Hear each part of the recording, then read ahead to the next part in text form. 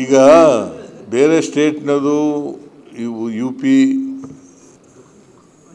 ಈಗ ನಾನು ನೋಡಪ್ಪ ಈಗ ಇವೆಲ್ಲ ಹೇಳಕ್ಕೆ ಹೋಗೋದಿಲ್ಲ ನಾನು. ಯಾವ್ಯಾವ ಸ್ಟೇಟ್ನಲ್ಲಿ ಎಷ್ಟೆಷ್ಟು ಉತ್ಪಾದನೆ ಮಾಡ್ತಾರೆ, ಎಷ್ಟು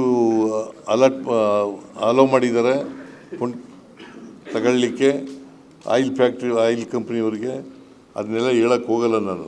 ಗುಜರಾತ್ 71%, ಈಗ ನಮಗೆ ಗುಜರಾತ್ನಲ್ಲಿ 71%, ನಮಗೆ 17, ನಮಗೆ 17.4%. ಬೇಕಾ?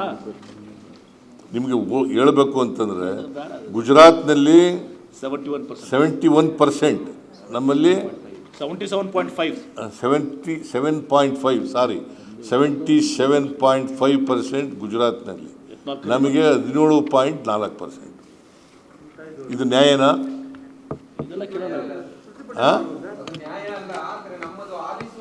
ಆದರೆ ಅನ್ನೋದು ಯಾಕೆ?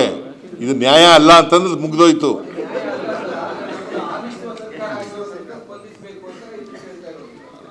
ನೋಡೋಣ ಕೇಂದ್ರ ಸರ್ಕಾರ ಹೇಗೆ ಅನ್ಯಾಯ ಮಾಡ್ತಾ ಇದೆ, ಮಲ್ತಾಯಿ ಧೋರಣೆ ತಾಳ್ತಾ ಇದೆ ಅಂತಕ್ಕಂಥಕ್ಕೆ ನಿಮ್ಗೆ ಉದಾಹರಣೆ.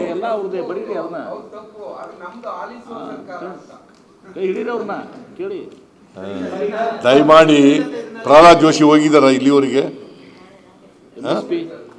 ಅವ್ರ ಕನ್ಸರ್ನ್ ಮಿನಿಸ್ಟರ್ ಅವರು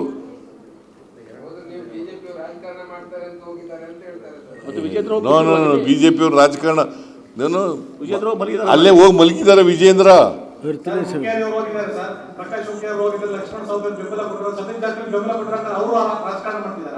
ಯಾರು?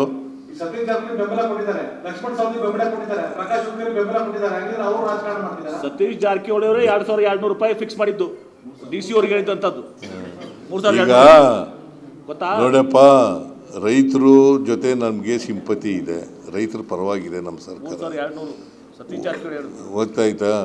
ನಾವು ಎಷ್ಟು ಕೊಡಿಸ್ಲಿಕ್ಕೆ ಸಾಧ್ಯ ಆಗ್ತದೆ ಸಕ್ಕರೆ ಮಾಲೀಕರಿಂದ, ಕಾರ್ಖಾನೆಗಳ ಮಾಲೀಕರಿಂದ ಕೊಡಿಸ್ಲಿಕ್ಕೆ DC ಮೂಲಕ ಹೇಳಿ ಕಳಿಸಿದ್ದೀವಿ. ನಾಳೆ ಸಕ್ಕರೆ ಕಾರ್ಖಾನೆಗಳ ಮಾಲೀಕರ ಮೀಟಿಂಗ್ ಕರೆದಿದ್ದೀನಿ. ರೈತರ ಪ್ರತಿನಿಧಿಗಳನ್ನು ಕೂಡ, ರೈತ ಮುಖಂಡರ ಪ್ರತಿನಿಧಿಗಳ ಮೀಟಿಂಗನ್ನು ಕರೆದಿದ್ದೀನಿ. ನಾಳೆ ಕೂಲಂಕಷವಾಗಿ ಚರ್ಚೆ ಮಾಡ್ತೀವಿ.